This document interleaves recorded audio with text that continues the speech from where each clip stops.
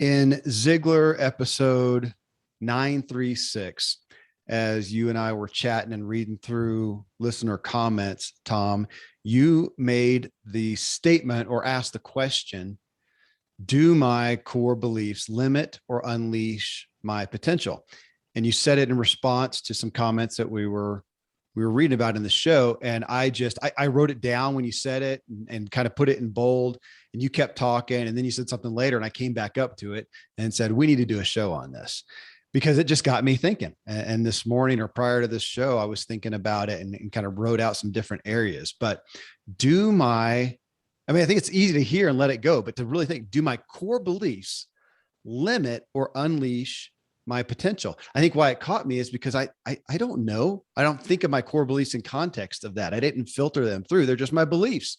And we make our beliefs based on generally what we think is actually fact, when in fact, it's generally not. It's just our perception and our perceived reality of something that somebody could see totally differently, yada, yada. So there we are. I was intrigued by it, obviously. Where did that phrase question germinate from? Yeah. So here's the origin story. So I was texting back and forth with Jason Friend. Jason's one of our speakers. He actually wrote the curriculum and teaches the Ziglar Speakers Institute. He's an unbelievable presenter. So he's up in front of tens of thousands of people on a regular basis. Tom, can I just tell people, if you hear that and that sounds interesting, go to Ziglar.com, click on events. And if there are any upcoming Speakers Institute events or, whatever's happening, you can find it there. So go ahead. Yep. Or you can just email me, tom@Ziglar.com. Even better. Okay. And just say, Tom, I want to know more. Yeah. Okay. So he sends me this text, and there was a client that he was working with, and they wanted him to come in and do some sales training.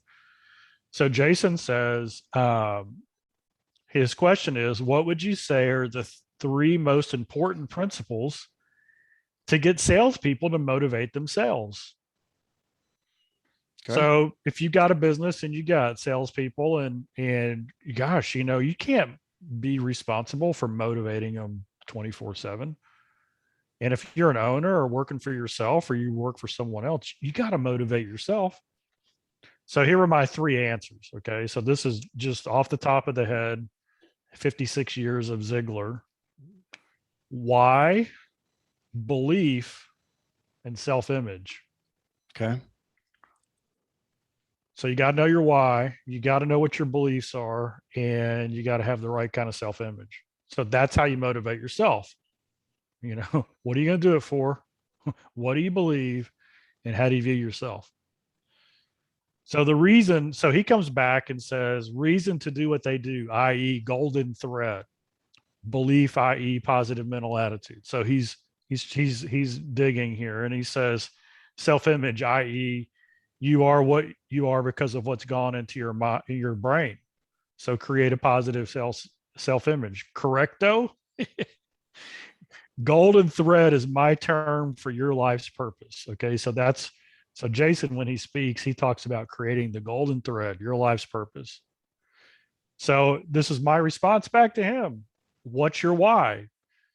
Do your core beliefs limit or unleash you? So that's where it comes from.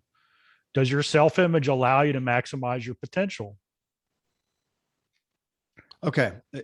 Keep going. And then add a plan of action with accountability on top of these three things, and you get Zig Ziglar. Okay. Okay. Okay. Okay. So go back. So the other ones make sense to me, or they resonate, I should say. But do my core beliefs limit or unleash my potential? Because again, I'm going to come back to it. I think why it caught my attention is because what hit is I don't filter them through that. I think my core beliefs are based on what I have perceived as reality / and what I want them to be. But some of them, I mean, if I believe America is just going to hell in a handbasket, right? Well, it's just something that I witness.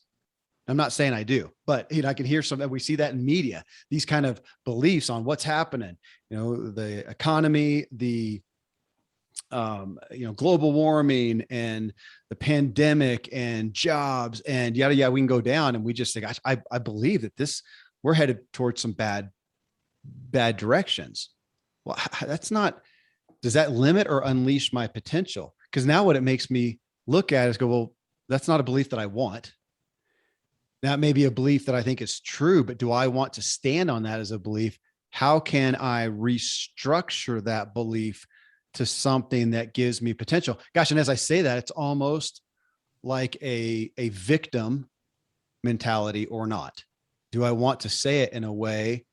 Because I don't want to say, I think, chronic illness disease. Here's one. I help me with this, Tom. Okay. School me here or help me walk through it. If I look at chronic illness and disease right now, I believe it is catastrophic. It is headed, it's unsustainable.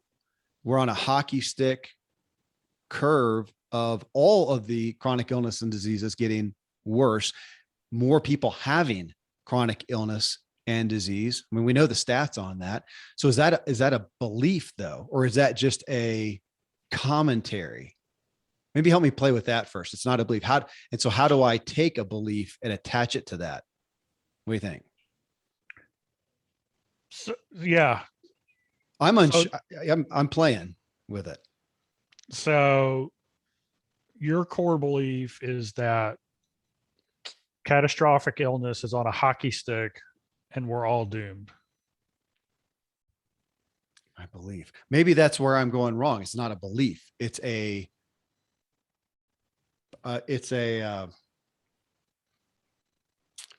report. I mean, I'm looking at it. I'm looking at this. Well, yeah. Here's a core belief. Okay. Some people learn in biology class that their DNA determines everything. Okay. And so they have no control over any type of disease that they're going to get because it's already written in their genes. Right.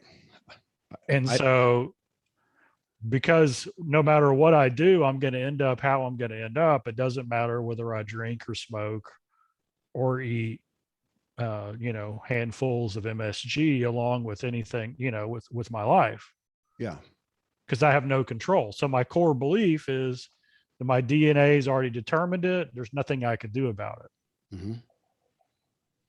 And so that's going to limit your potential because you're going to be not only unhealthy, but the truth is, the reality is that our actions, our behaviors, our habits, and our thinking all impacts our genes for good or for bad. We actually have some control over what our genes do. Our lifestyle can change our lifespan. So if you believe there's nothing you can do, then you're limiting your potential. Well, and there it's genetics, and then we have epigenetics. Right. So this morning I had a conversation with one of our coaches. His name is Dane Deutsch, and for close to 30 years, he's been a gymnastics coach. And today, and he teaches college education at a university. So kind of cool, right? So he's working with kids from pre-K to the highest level in gymnastics, and then he's teaching ethics in college. And today on our Choose to Win mentoring, which we offer, he was on, and I kind of brought up the core beliefs, either limit or unleash you. And so on the call that we had just after that, he said, the number one core belief that I'm dealing with his gymnasts, primarily young girls who are coming in, is they believe that failure is bad and anybody who points out failure is bad. So they are being taught in school that failing is a mistake. Failing is bad. So he says it's very difficult for them to convince these young girls to try a new maneuver, a new gymnastics movement, because they know they're going to fail and failing's bad. So through positive reinforcement and saying, no, failing is learning and learning is good. You can't learn to do it perfectly until you learn to do it halfway, until you learn to do it poorly. Right? Like Zig Ziglar said, anything worth doing, it's worth doing poorly until you learn to do it well. So you've got this whole group of kids that are coming through his gym who have this fear of failing at anything. And then if somebody points out, hey, you didn't get a 10 out of 10, you got a 6 out of 10, then that person is bad and is out meant to harm them. So where are you going to go in your life if you're unwilling to ever try anything new unless you can be perfect at it? That's limiting your potential. Yeah. So in the book by Carol Dweck, The Growth Mindset, she talks about the difference between a fixed mindset and a growth mindset. And basically, the Reader's Digest version is going back to this specific belief that failure is bad, is people with a fixed mindset. If something comes easy to them and they master it quickly, they keep doing more and more of it. And then they cap out wherever they start failing. Mm-hmm. They don't keep at it to the mastery level. They just get really good until they start failing. And then their brain is, well, with a fixed mindset, if I fail, that means I can't learn it. It's fixed. I can't grow. And things that they weren't good at in the beginning, then they never try again. I know people who've literally swung a golf club one time, stood on skis one time, missed the ball, fell down on the skis, and said, I'm not doing this. Mm-hmm.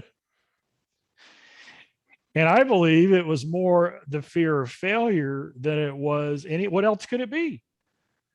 So their fixed mindset was, well, I didn't ski perfectly the first time. I didn't hit the ball the first time. Therefore, I'm no good at it. And since my brain can't learn anything, I'm either good at it or I'm not. My belief is I either can or I can't, not that I can learn. Then that limits your belief. And so your core that limits your potential. Your core belief, can I learn and grow? In this case, either limits or unleashes your potential. Okay, let me come back up to it then, to belief, to talking about that, because we talk so much about our beliefs, especially in a faith-based aspect, Christianity, or whatever your viewpoint is. But we talk about beliefs very flippantly, and we again come back to those as things that we really think to be true. And yet, so I'm thinking back on my analogy of, chronic illness disease. How about if I start saying, if you ask me, Kevin, what are your observations on the culture right now, good and bad? I can list out a lot of things that I have observed. And so I observe the stats. I observe, people literally in my life, ill and diseased and handicapped and lacking in capacity. And then I see the stats as well. So these are all observations. What do I believe though? Do I believe that we're going to hell in a handbasket? Or do I believe there's hope? Do I want to believe? Because ultimately we're coming back to, belief, it's based on faith. How many things can we say with absolute certainty? And I know we're getting into faith-based doctrine on absolute truths and whatever, but if we look at our day-to-day life, how many things are we saying we believe, we have faith in, that are based on absolute, irrefutable, scientifically proven or otherwise fact? There's a certainty. I find fewer things that I say, I don't know about certainty, but I do have to make a decision every day. We're all having decisions to make based on where we choose to put our faith. I found myself playing with this, Tom, with my, especially my boys. I've got 15 and 16-year-old boys who are so they they're they keep me on the level on trying to explain things, on based on what I believe. And so I've found myself, instead of saying, hey, this is what I believe, saying, look, to the best of my knowledge at 50 years old, through everything I've experienced and the amount of effort I've made towards X, the best I can come up with is this. And that's where I'm choosing to place my faith. Now, where are you choosing to place your faith? From a faith-based standpoint, I can't prove it. I could say with personal conviction based on what I feel is certainty, but I can't showcase it to you in a proven way. Through everything that I've looked at, matter of fact, I can't get myself not to believe in God and specifically Jesus Christ as deity. Can't prove it. Lots of stuff out there, for and against that. A lot of the constructs of the Christian faith, even, that I struggle with, man, I gotta say, as opposed to other options, that's the one. So I'm choosing to place my faith in there. How does that line up with, play with that with me, Tom? Observations. These are observations, but what do you believe? Should belief be a hopeful, active, what's the opposite of a victim? A victor. A victor. Okay. A victor statement, a statement of hope and expectation. Well, we'll go with the dyslexic form of God. Okay. So imagine a dog. Okay. All right. So you're a little kid and it's your first time out in your yard by yourself. You're 2.5, 3 years old. You're still within eye shot of your parents. And you wander over to the side and this dog comes up and all you've seen is dogs on TV. And this dog comes up and it just starts getting after you, biting your arm. And so immediately you do what any 2.5, 3-year-old does. You panic, you freak out, you cry, you look down, your arm's bleeding, your mom or dad comes over, rescues you from the dog. They hit the dog runs off. And now for the rest of your life, you are convinced that all dogs are evil and out to get you. Mm-hmm. Because that was your experience. And so I know our family included that the dogs we've had have added more to our life than just about any relationship we've ever had. So that belief that the dog is vengeful and evil and attacks and hurts you when you're defenseless, if that's the belief that you choose to live with the rest of your life, you're going to be uncomfortable in many, many social situations because dogs are around, and you're never going to have all the things that dogs bring to a family. Mm-hmm. Is it understandable you have that belief? Yeah. I mean, traumatized as a kid. Is it overcomable, right? I mean, can you change that belief? 100%. Will that change the satisfaction and enjoyment of your life if you've switched that wrong belief out for a right belief?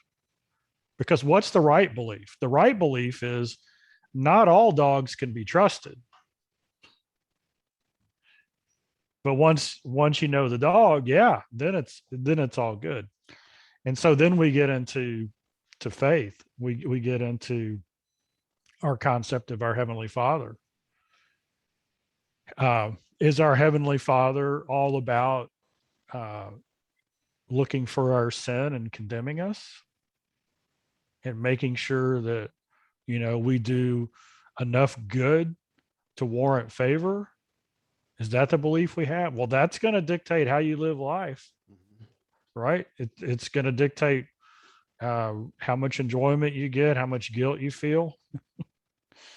Or is it a gracious, loving Savior who sacrificed everything and every requirement, every rule, every commandment, every animation or everything that's in there that says you should, when we dig into it, is it because just like we don't let our 2-year-old play in the street, is it really for our own good? Yeah. Right.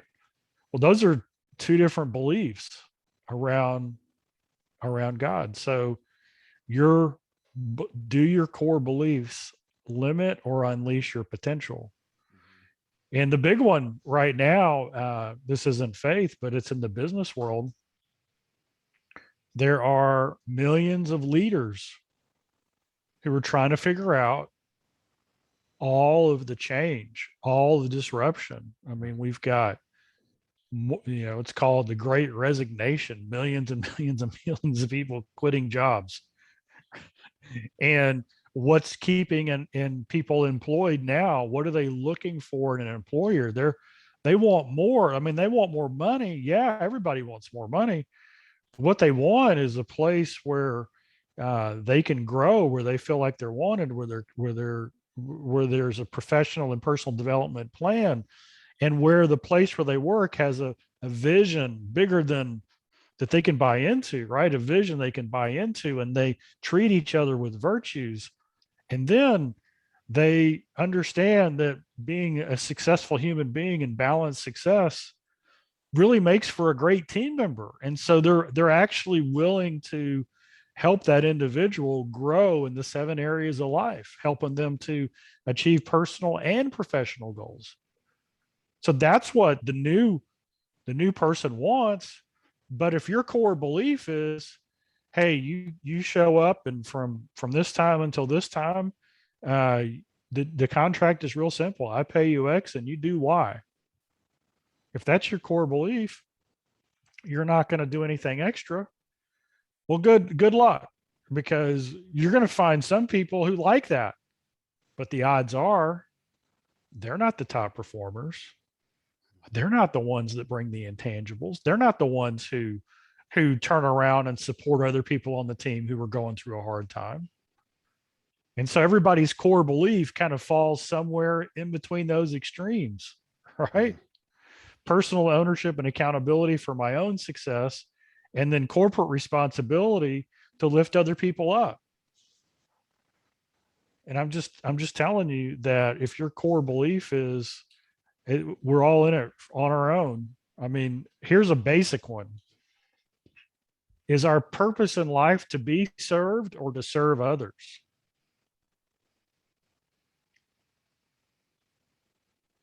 Why are we here?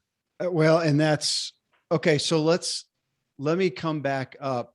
The statement question that you brought to us, Tom, here, that you brought up in show episode 936.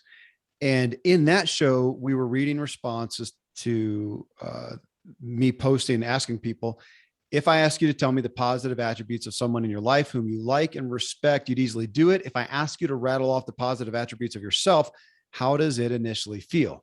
And one of the things that we came to there, Tom, I had it in my notes and then you brought it up preemptively, was back to your dad, Zig Ziglar's self-talk cards, where you're saying these statements about yourself. And they're really aspirations. I mean, some of them, maybe you are that and it's a confirmation, but a lot of them are aspirational. I like to even think of them as prophetic. These are things that I want to become. But you said, how about first starting off, or not first, but just also starting off with, go ahead and make a list of what is. So for us personally, to think about what are our beliefs, observations, beliefs, I would say beliefs though, of what are the positive attributes of Kevin Miller? What are the things that I think I am really good at, that I actually have? I was in that show too, Tom, and you talked about the difference between knowledge and wisdom. And I actually asked you about that. And you see, knowledge is the stuff that we, hear and bring in. Wisdom is what we actually act upon. And I've played with that. We may do another show on that because I've been playing with that as well. I think it's something that I grapple with. It's something that I have some overcoming success with. That's when I actually gain wisdom. So what are the things that I have engaged with in my life that I actually have some expertise in? I've got some skill, talent, gift, call it what you want. I've got some wisdom to offer. And I've got a good list. There's a list of stuff that I know nothing about. I have nothing to offer. but what is? So what do I believe about myself? And then the next one that I was playing with, Tom, is what could be? What do I believe really could be? What do I think I really am capable of? I think we spend a lot of time discounting ourselves on things that we think we're not capable of. And on those, I would say, why? And we played with that one. Shaquille O'Neal, that was your dad's story.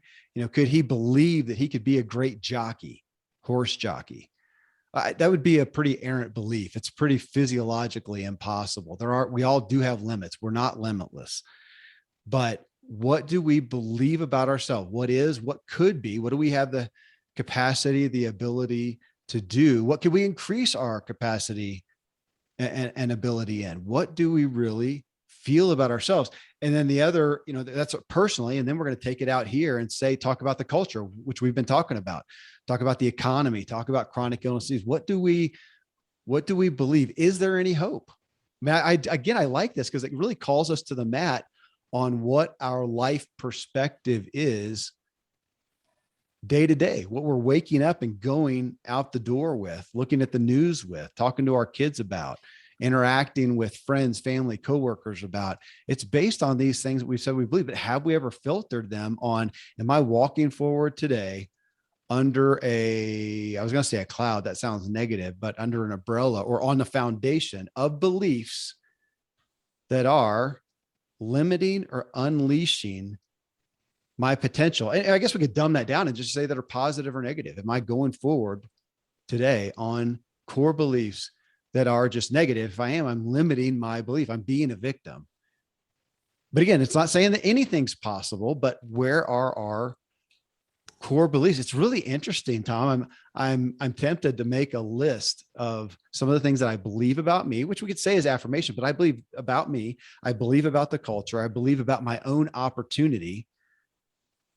And it is hard not to go to a faith-based standpoint because we're getting into the purpose of life. What the heck is the meaning of any of this anyways? I mean, that really does come in there. That's another belief. Are we going forward with the belief that there is something bigger going on, that I am not ultimately totally alone, that it's not totally all up to me?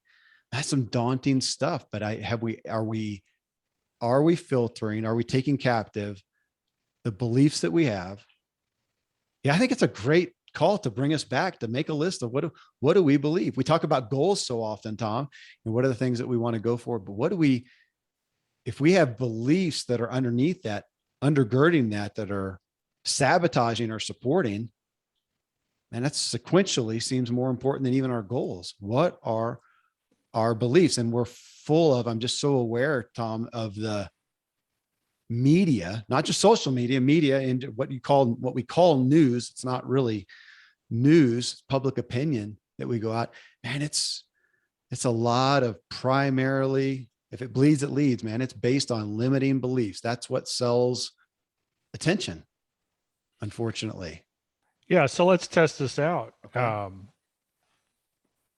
So imagine, if you will, a world of social media where the whole system has been set up by geniuses who know exactly how our brain operates at the chemical biological level and understands how we crave dopamine hits. And so the way they make money is to get us to make decisions online that more and more identify our tendencies. And with those tendencies, I can sell the data so that I can then advertise to that person and get a higher rate of return predictably, which makes the data even more valuable. So let's just suppose that's a world that we live in. And the driver for that is money, right? It's, if I can bring a user in, keep them engaged for as long as possible, and through a series of choices, define who they are and create an avatar for that person that I can match with advertisers who are willing to pay a lot of money to have access to that person, then I've just built the cash register. Okay. Now, just imagine a world, and I kind of got this idea out of a new book I'm reading called AI 2041, which is how's the world going to look in 20 years around uh, the way artificial intelligence has changed it. So I'm just curious, would you say that that book is a continuation of The Future's Faster Than You Think that you got me to read from Peter Diamandis and Stephen Kotler? Well, I'm only 10% into it, so I Okay. can't really tell you, but they painted a pretty interesting scenario that made me buy it, which is they're going to tell seven to 10 stories around the major buckets of what AI is going to do in the future. And they tell a real life story of how that new technology changes life, and then the positives and negatives and moral decisions that we have to make around it. So what if somebody created an app that laid over the top of all social media, YouTube, Facebook, Instagram, any of it. And in this app, we typed in our goals and dreams, the things that we wanted to accomplish, the subjects that we wanted to grow in. For a mom, we might say, I want to be a better mom, right? I want to be a better parent too. And you can get really specific. I've got kids that are 2 and 4 years old, and I want to give them the best chance they can have going into school, right? So you if you're a business owner, an entrepreneur, a speaker, whatever it is, if you like golf and you want to really grow that, and so you put into this software or this app everything that you want to learn more about that's going to help you achieve the goals in life that are important to you. And so now you're on social media and one of your friends posts a video and it links you to YouTube. And so you go to YouTube and you watch that video. And then the next video in the stream isn't the eye candy that gets your dopamine going, that accentuates and elevates bias and moves you into a marketing funnel. Instead, it's a video served up to you based on one of the things that you've identified as something you want to be better at and learn more of. Wow. Wow. So every time you turn around, it's like, God lowercase is sending you nuggets of knowledge and wisdom that you can learn that's going to make you better at what you really want to be better at. Mm-hmm. Whew. That would be pretty cool. That would be amazing. Right? Well, Yeah. Let me just ask a question. Do you think that's easier or harder to design what they've already done? It's Easier, not harder. Oh. It's not harder. So now the best world I can think of for my grandkids who aren't even born yet would be a world of people who live and treat each other with respect and love and kindness and all these different things. I mean, these are universal human traits that, for the most part, people value. What if examples of those things were the things that were automatically fed into us? Mm-hmm.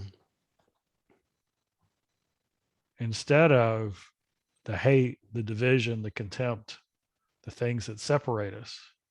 Mm-hmm.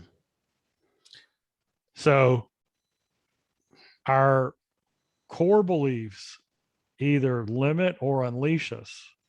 And so some people believe at their core that if it's going to be, it's up to me, everybody's out to take advantage of me, I better get mine because it's never, if I don't get mine, somebody else is going to get it. And then there are other people who are like, no, you can have everything in life you want if you help enough other people get what they want. You have a candle that's your gifts and talents, and you search out people who need a problem solved in the area of your gift and talent, and you light their candle, there's more light in the world. So we've got two different beliefs. Well, some people end up in life happy and satisfied in their 90s, and some of them have a life filled of loneliness and regret. And those core beliefs are a foundational part of it. Yeah. Right. Yeah. Now, so here's the balance. Well, that's wonderful. We should create that kind of app. And every time you go anywhere, information that's going to help you grow and be the person God created you to become should just come flowing in. But it also has to be funded. So if you went to somebody and said, hey, we can put this app on your computer right now, and instead of literally wasting 3 hours a day on rabbit trails, you will automatically, without even thinking about it, be given stuff that's going to take you where you want to go. And it's going to be just as enticing, but you need to pay $100 a month for it. Right. Right. How many people, core belief would be $100 a month? Are you crazy? That should be free.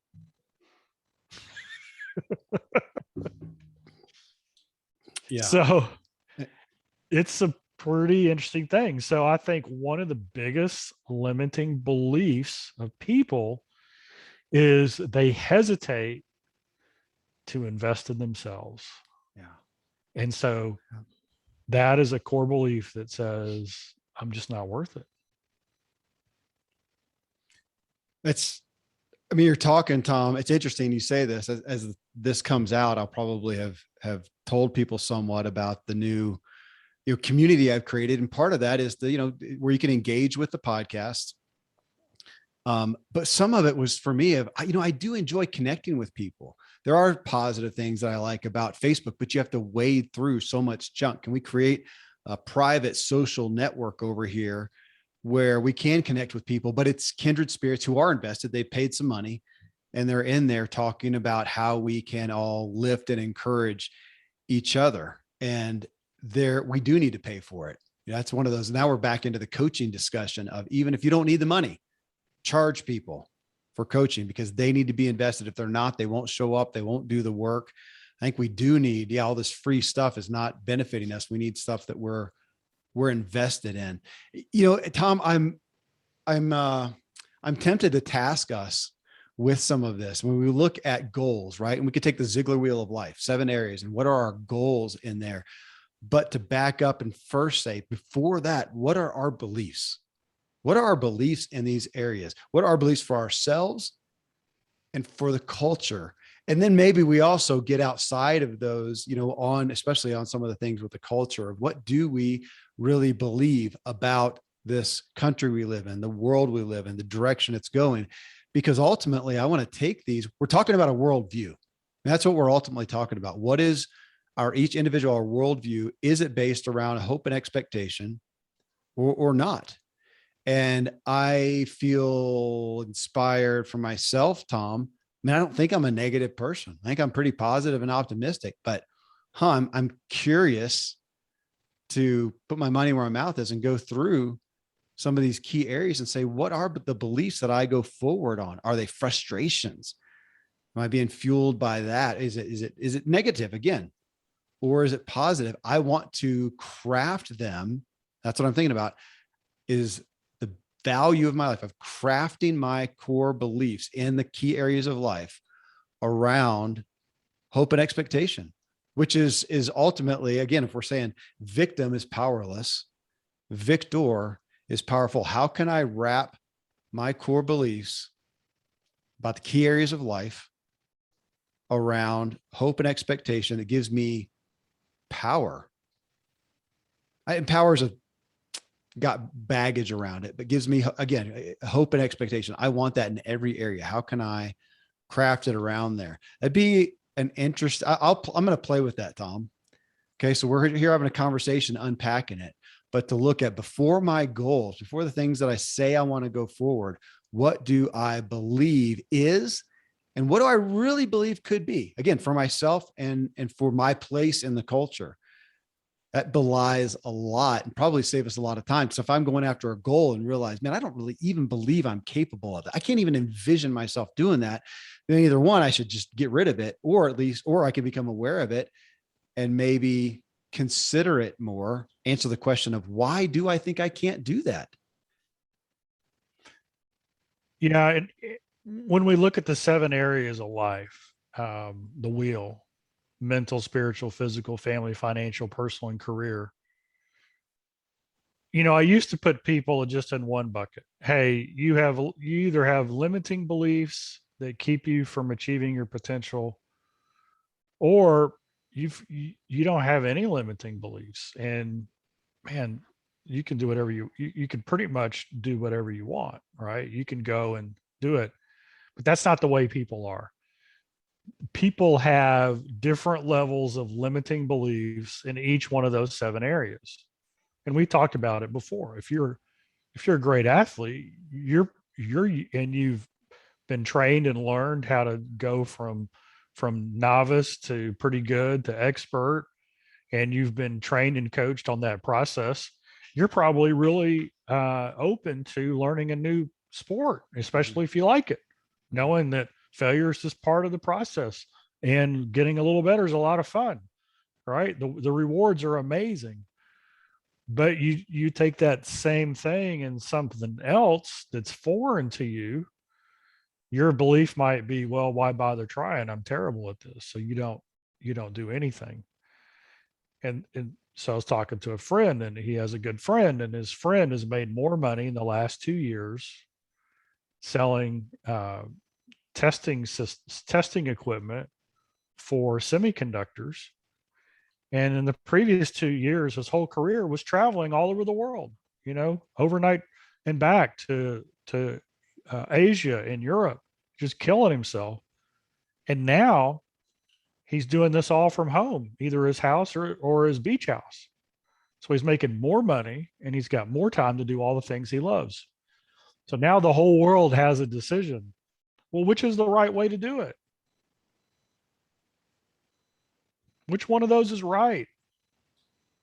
Maybe, and this is what I love about, I think it was Rabbi Lapin who said this. Or no, it was Jonathan Sachs, another rabbi. He said, when rabbi scholars get together, they argue like crazy, right? To discuss the finer points of Hebrew scripture, but they leave best friends, because their goal is not to argue to win the argument. Their goal is to argue to discover the truth.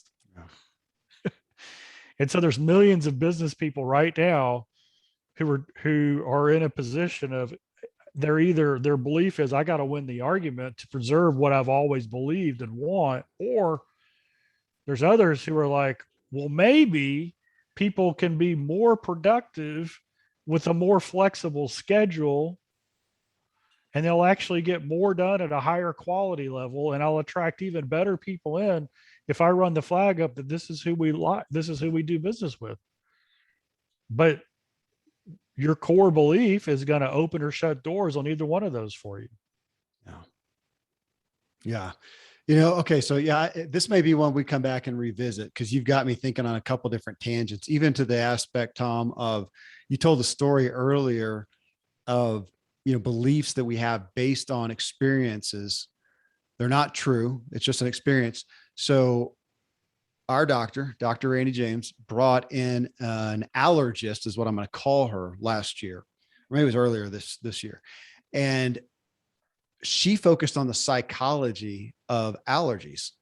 So here's my example, Tom, that she used.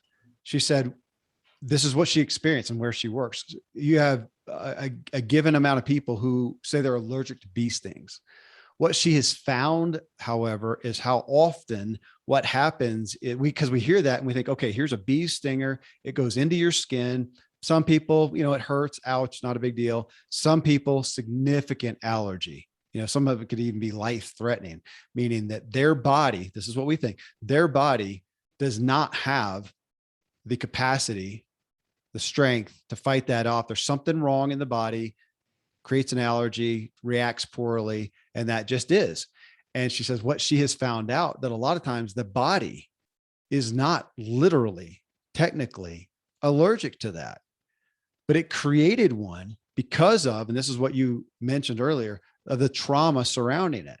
Little girl at a picnic whose mom maybe is scared of bees and who's talked about her fear of bees and say, yeah, the picnic should be good, but man, I'm really scared of bees.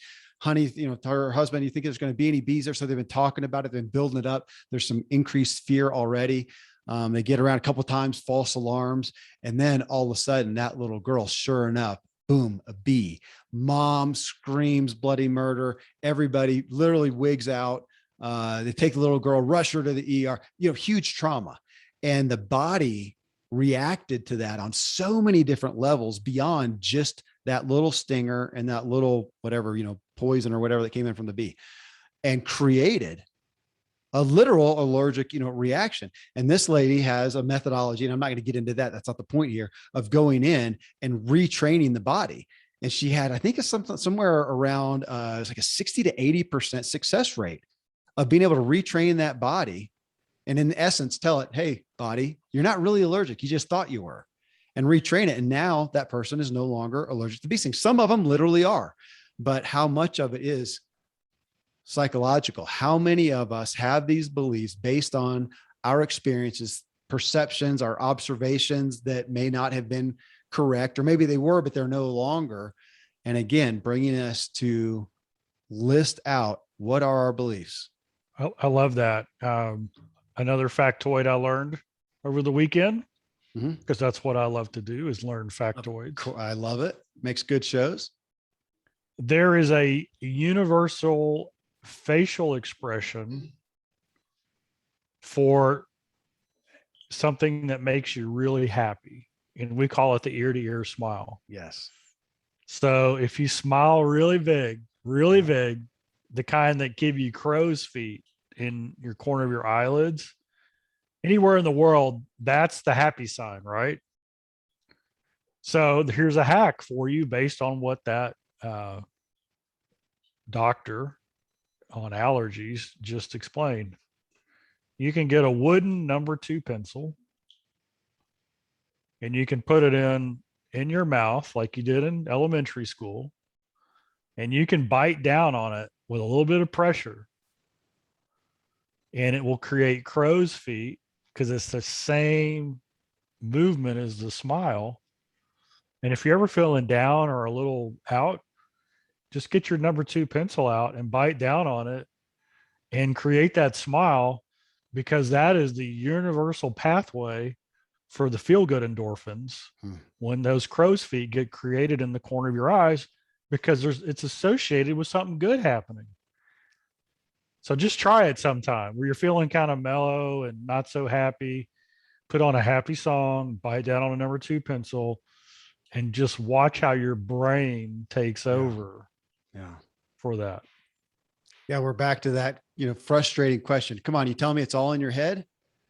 Yeah, pretty much is.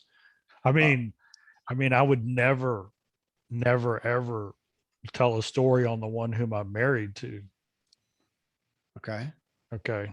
Except for on this podcast. So she has the most sensitive taste buds in the history of man. Okay. So much so that she can tell what McDonald's the French fries came from. That's funny. Pretty amazing. Mm-hmm. And the only way I convinced her otherwise was we went to 2 McDonald's back to back, and she said, I like the first one a lot better than the second one. Their fries are always better. So I blindfolded her and I gave her 2 fries. And she immediately picked the one that came from the bad McDonald's, except for I'd pulled both fries out of the same box. So yeah. Brain games. It's amazing. Okay. Well, Tom, my takeaway from this, we may come back on this. I'm going to play with it. I'm enamored with first off, just auditing my beliefs. So I'm going to be thinking about that. Maybe that's what I'll come back to this with, is auditing our beliefs, looking at the separate areas, and what's an exercise to audit our beliefs and get those in front of us to say, what do we really believe? What do we want to believe? Because that's the opportunity that we pretty much have within, I think, any belief. So, man, okay, this is not a wrap up on this one. Yeah. So let me finish with a takeaway Okay. for everybody. Okay, please. What if a well-lived life was as simple as, in at least one area of life, that tomorrow, because of what you've done today, you're a little bit better person. Mhm. So you make a commitment to growing just a little bit in one of the areas every single day so that you are a better person. Yeah. And then when you start going around the wheel and you start picking stuff, and the next day comes and you realize you didn't really do it, ask the underlying question, which is, what belief is keeping me from doing this? Yeah. Because that's the driver. That is. So we always say that, the fastest way to success is to replace a bad habit with a good habit, a good habit with a bad habit with a good habit. Yeah. But make sure you get that sequence right. You want to make sure you replace a bad habit with a good habit. But the things that hold us back it's the bad habits. If all we do is add good habits, we're not going to make much progress. No. So a belief is something that you can't put duct tape around. You can't have a bad belief and put support around it and duct tape around it, trying to make it into a good belief. If you have a wrong belief, you've literally got to throw it away and replace it with a true belief. Yeah. Stout. Thank you, Tom.